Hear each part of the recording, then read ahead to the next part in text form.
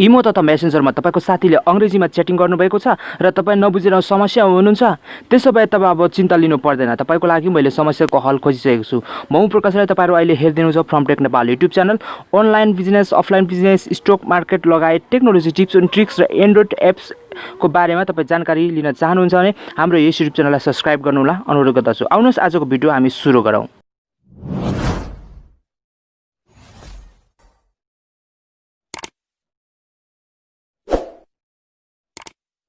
र विशेष गरी तपाईको माझमा आज यो डिक्सनरी भन्ने एउटा एप्लिकेसन लिएर आएको छु, जो चाहिँ तपाईले प्ले स्टोरमा सजिलोसँग डाउनलोड गर्न सक्नुहुन्छ। प्ले स्टोरमा गएर यो डिक्सनरी तपाईले टाइप गर्नु बित्तिकै आउँछ र यसमा यो ओपन गर्नुस् र यसलाई स्टार्टमा थिच्नुस्। स्टार्ट बटनमा तल रातो जहाँ छ स्टार्ट, त्यसलाई स्टार्ट गर्नुस् र स्टार्ट थिचिसकेपछि यहाँनिर इंग्लिश आइरहेको छ। यहाँनिर तपाईले नेपालीमा यहाँनिर त्यो रातो देखि यस्तो धर्का सानो थोप्ला दिएको छ, त्यहाँनिर क्लिक गर्नुस् र मुनि तपाईले त्यहाँनिर नेपाली लेखेको हुन्छ, त्यहाँनिर तपाईले सार्नु होला। यहाँनिर नेपाली अंग्रेजीमा छ, नेपालीमा नेपाली लेखेको छ। यहाँनिर क्लिक गर्नुस् र यहाँ डनमा थिच्नुस्, तल डनमा थिच्नुस्। यहाँ डनमा थिचिसकेपछि तपाईको एप्लिकेसन फेरि अगाडि बढाउनको लागि हेर्नुस्, यहाँनिर यस्तो खालको छ। यहाँनिर तपाईले आफ्नो भाषालाई चेन्ज यसरी गर्न पनि सक्नुहुन्छ। र विशेष तल यहाँनिर मान्छेको टाउको जस्तो आइकन छ, त्यहाँनिर तपाईलाई जान भन्न चाहन्छु। र विशेष यहाँनिर भोइस रेकर्डद्वारा पनि तपाईले कन्भर्ट गर्न सक्नुहुन्छ र विभिन्न मेथडहरु यसको सेटिङहरु छ, त्यो सम्पूर्ण जानकारी दिन चाहन्छु। यहाँ मान्छे जस्तो आइकनमा तपाईले थिच्नुस्। यो मान्छे जस्तो आइकनमा थिचिसकेपछि तपाईले सेटिङमा क्लिक गर्नुपर्ने हुन्छ। यो सेटिङमा तपाईले क्लिक गर्नु होला।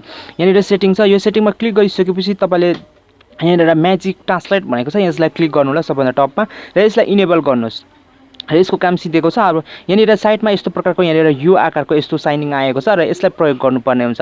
र विशेष यसलाई कसरी प्रयोग गर्ने भन्ने कुराहरु पुरा जानकारी लिनको लागि पुरा भिडियो हेर्नु होला। यहाँनिर यस्तो प्रकारको गर्नुपर्ने चाहिँ यसरी ट्रान्सलेट हुन्छ भनेर यसले देखाएको छ र विशेष म तपाईलाई त्यसको बारेमा जानकारी दिन गइरहेको छु। र यहाँनिर तपाईले यसमा क्लिक गर्नुस् र यसमा क्लिक गरिसकेपछि यहाँनिर यु छ, त्यसलाई तपाईले यसरी यहाँनिर क्लिक गर्नुपर्ने। यहाँनिर यस नो छ, यस गर्नु होला। तपाईले यहाँनिर एउटा सेटिङ गर्नुपर्ने हुन्छ। यो सेटिङ छुटाउनु भने तपाईले सक्नुहुन्न। ल ब्याक थिच्नुस् र ब्याक थिचिसकेपछि यहाँनिर यता त्यो एउटा स्क्रिनमा माथि त्यसले आउटमा तपाईले थिच्नु होला। अनि यु डिक्सनरी यहाँ अफ छ, एक्सेसिबिलिटीमा पुग्छ, त्यहाँनिर यसलाई अन गर्नु होला। यसलाई अन गरेपछि इनेबल गर्नुस्। यहाँ इनेबल गरिसकेपछि यसलाई अब यसलाई काटेर फ्याल्दा हुन्छ, तपाईले यसलाई म्युट गर्दा हुन्छ। अब यसलाई म्युट गर्नुस् र तपाई अब आफ्नो इमो या त मेसेन्जर जेमा तपाई च्याटिङ ज्यादा गर्नुहुन्छ अनि अंग्रेजीमा तपाईलाई च्याटिङहरु आइरहेको छ भने त्यसमा तपाईले यसबाट सजिलोसँगले च्याटिङ गर्न, बुझ्न र अरूलाई रिप्लाई गर्नका लागि तपाईलाई एकदम सजिलो हुनेछ। फ्रेन्ड्स, म तपाईलाई यहाँ उदाहरणको लागि देखाउने छु र त्यो तपाईले उदाहरण हेरिकिन यसको सम्पूर्ण कुरा जानकारी प्राप्त गर्न सक्नुहुनेछ। र विशेष जति जनाले सब्स्क्राइब गर्नुभएको छ उहाँलाई धेरै धन्यवाद। र म यो आइकन यहाँनिर क्लिक गरिकिन यसलाई यहाँनिर युलाई यहाँ लिएर यसो छोडिदिनेछु। यहाँनिर यो कन्भर्ट हुनेछ। हेर्नुस्, इमेल फिर्ता छ भनेर लेखेको छ, इमोमा फिर्ता छ भनेर लेखेको छ यहाँनिर। विशेष यसरी तपाईँ अनलाइनमा भयो भने मात्रै यो एप्लिकेसनले काम गर्छ। अनलाइन चलाउनु भयो भने र अब अन्य कुराहरू पनि जानकारी तपाईँलाई दिन चाहन्छु। यहाँनिर तपाईँलाई म टाइप गरेर देखाउँछु। यहाँनिर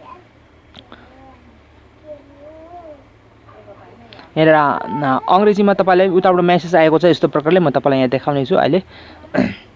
त्यस प्रकारले म यहाँनिर तपाईलाई यसरी तपाईको मेसेज आएको छ र यसलाई बुझ्नु भएन, माथिको बुझ्नु भएन, यो डिलिटेड दिस मेसेज भनेको छ, यो बुझ्नु भएन नेपालीमा के भनेको होला भनेर यहाँनिर तपाईले सर्च गर्नु र यहाँनिर हेर्नु भयो भने त्यसलाई पनि त्यस्तो पनि तपाईले यहाँनिर हेर्नु, तपाईले यो सन्देश मेटाउनु भएको छ भनेर नेपालीमा लेखिदिएको छ।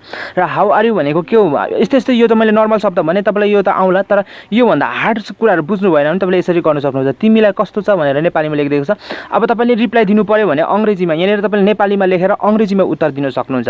यहाँ नेपालीमा लेख्नुस्, म नेपालीमा लेखेर तपाईलाई देखाउँछु र अंग्रेजीमा यसको एन्सर तपाईलाई म रिटर्न दिनेछु। यसरी तपाईले यस एप्लिकेसनबाट सजिलो तरिकाले आफ्नो साथीलाई अंग्रेजीमा उत्तर दिन सक्नुहुनेछ र उहाँबाट अंग्रेजीमा आएको त्यो जुन ल्याङ्ग्वेज अंग्रेजी ल्याङ्ग्वेज छ त्यसलाई नेपालीमा ट्रान्सलेट गरेर बुझ्न सक्नुहुनेछ। यहाँनिर मलाई ठिकै छ भनेर मैले लेखेर यहाँनिर अब यो आइकनलाई थिचेर म यहाँनिर राख्छु र एकछिन म राख्छु, यो अनि ट्रान्सलेट हुन्छ। यो घुमेपछि ट्रान्सलेट हुन्छ। आई एम फाइन भनेर लेखेको छ, म यो सेन्ड गरिदिन्छु। आई एम फाइन यसरी हुन्छ। अनि आजको भिडियो कस्तो लाग्यो तपाईलाई कृपया राम्रो लाग्यो भने कमेन्ट गर्नु होला र प्रतिक्रिया दिनु। आजको भिडियोमा यहाँ राख्न चाहन्छु। नमस्कार, जय नेपाल।